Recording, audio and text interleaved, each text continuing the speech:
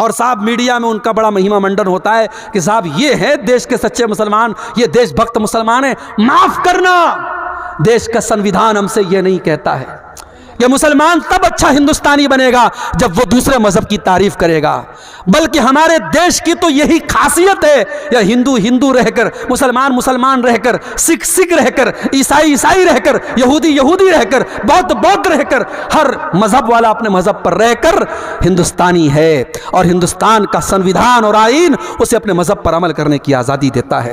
میرے بھائیوں، ہماری ہندوستانیت پر شک کرنے کا کسی کو کوئی ادھیکار نہیں ہے۔ اس ملک کی آزادی میں ہمارے علماء کا خون شامل ہے، ہمارے علماء کا خون شامل ہے، اور آپ کے اسی بہار کی سرزمین پر علماء صادق پور، پٹنہ کا ایک علاقہ اور ایک محلہ تھا صادق پور، انگریزوں نے بلڈوزر چلوا دیے، پورے محلوں کو ختم کروا دیا، اور جواہر لال نہرو نے کبھی کہا تھا کہ ملک میں کی آزادی میں تمام لوگوں کی قربانی ایک طرف ہے اور علماء صادق پور کی قربانی ایک طرف ہے۔ میرے پیارے ساتھیوں، ہمارے علماء کے خون بہے ہیں، ہمارے علماء نے پھانسی کے پھندے پر جھولے ہیں اور کالا پانی کی سزائیں انہوں نے جھیلی ہیں، تب جا کر یہ ملک آزاد ہوا ہے۔ اس ملک کو ہم نہ کبھی چھوڑے ہیں اور نہ چھوڑیں گے انشاءاللہ۔ یہ بات یاد رکھو میرے بھائیوں، اس ملک کا کوئی فیصلہ ہماری آواز کے بغیر ادھورا ہے، مگر ہمیں اپنے حالات پر بھی غور کرنا پڑے گا، ہمیں اپنے حالات پر بھی غور کرنا پڑے گا کہ آج ہمارا عقیدہ جو ہمارے دین کی سب سے مضبوط بنیاد ہے، آج عقیدے کا کیا حال ہے۔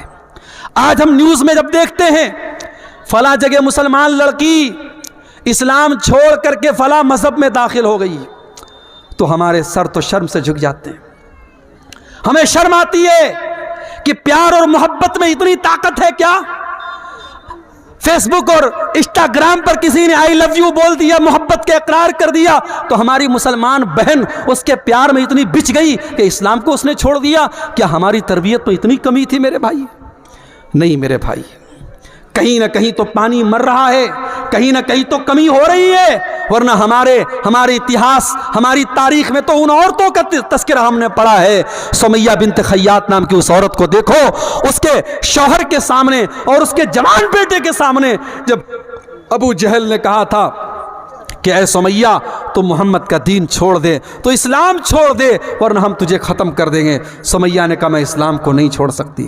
ابو جہل نے کہا اے سمیہ ہم تیرے بدن کے کپڑے اتار کر کے تجھے ننگا کر ڈالیں گے، اے سمیہ ہم تجھے بے آبرو کر ڈالیں گے، برہنہ کر ڈالیں گے، ہم تجھے ننگا کر ڈالیں گے۔ سمیہ نے اپنے جوان بیٹے کے سامنے ننگا ہو جانے کی اذیت کو گوارا کر لیا، مگر اسلام کو نہیں چھوڑا۔ نتیجہ یہ نکلا، بڑی بے رحمی سے اور بڑے حیوانی طریقے سے ابو جہل نے حضرت سمیہ کو شہید کر ڈالا۔ اسلام کی راہ میں پہلی شہادت پانے والی خاتون حضرت سمیہ ہے۔ میری پیاری ماں بہنوں، آپ کی تاریخ تو ایسی عورتوں سے بھری پڑی ہے، مگر آج حالات یہ ہیں، مسلمان لڑکی اسکول میں جا رہی ہے، کالج میں جا رہی ہے، اسکول میں پڑھا رہی ہے، آنگن باڑی میں کام کر رہی ہے، غیر مسلموں کے ساتھ ٹچ میں ہے، اور وہاں کسی غیر مسلم نے پیار کا اظہار کیا، پیار کا اقرار کیا، اور یہ اس کے جال میں پھنس گئی، اور جال میں ہی نہیں پھنسی بلکہ اپنے اسلام کو، اپنے دین کو چھوڑنے کے لیے تیار ہو گئی۔ میرے بھائیوں، یہ حالات بڑے افسوسناک ہیں، اور اگر ہم نے اپنے بچوں اور بچیوں کی صحیح تربیت نہیں کی، ان کو اسلام کے بارے میں نہیں بتایا، یاد رکھو آنے والے 20 سالوں میں ارتداد کی بڑی لہر آنے والی ہے، بڑا سیلاب آنے والا ہے، کیونکہ بڑی گہری چالیں چلی جا چکی ہیں، بڑی مضبوط پلاننگ بنائی جا چکی ہے۔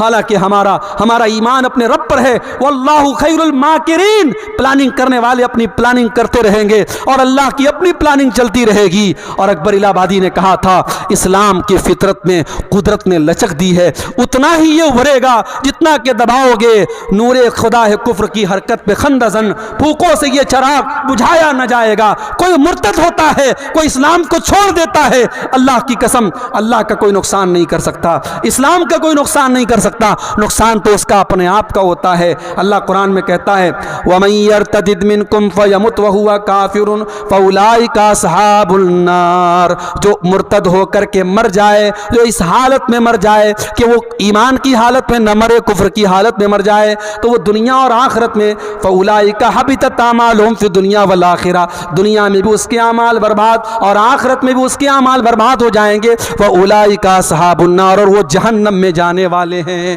اپنے بچوں کے عقیدے کی فکر کرو میرے بھائیو، آج روزی روٹی کی فکر کرتے ہو، آج ہمیں فکر ہے آنے والے وقت میں کیا ہوگا، ارے کیا ہوگا، زیادہ سے زیادہ یہ ہوگا مار دیے جائیں گے، ختم ہو جائیں گے، ہمیں یہ قبول ہے، مگر اپنے ایمان اور دین کو چھوڑنا یہ قبول نہیں ہے میرے بھائی۔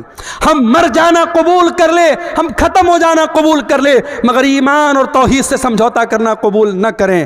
یاد کرو اپنے باپ ابراہیم علیہ السلام کو۔ ابراہیم علیہ السلام جب اپنے لخت جگر اسماعیل کو اور اپنی بیوی ہاجرہ کو جب مکہ کی بیاب ہو گیا سرزمین پہ چھوڑ کے جانے لگے تو کیا دعا کی تھی انہوں نے؟